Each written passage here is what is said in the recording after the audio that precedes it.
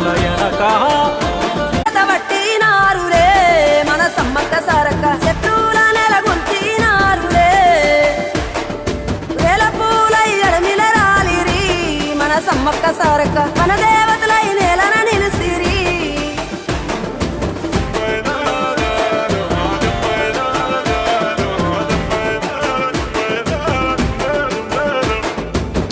గల్ల గురిగిలోన దాసిన పైసలన్నీ ముడిపే గట్టి పల్లె తల్లి బయలెల్లిందే శిలక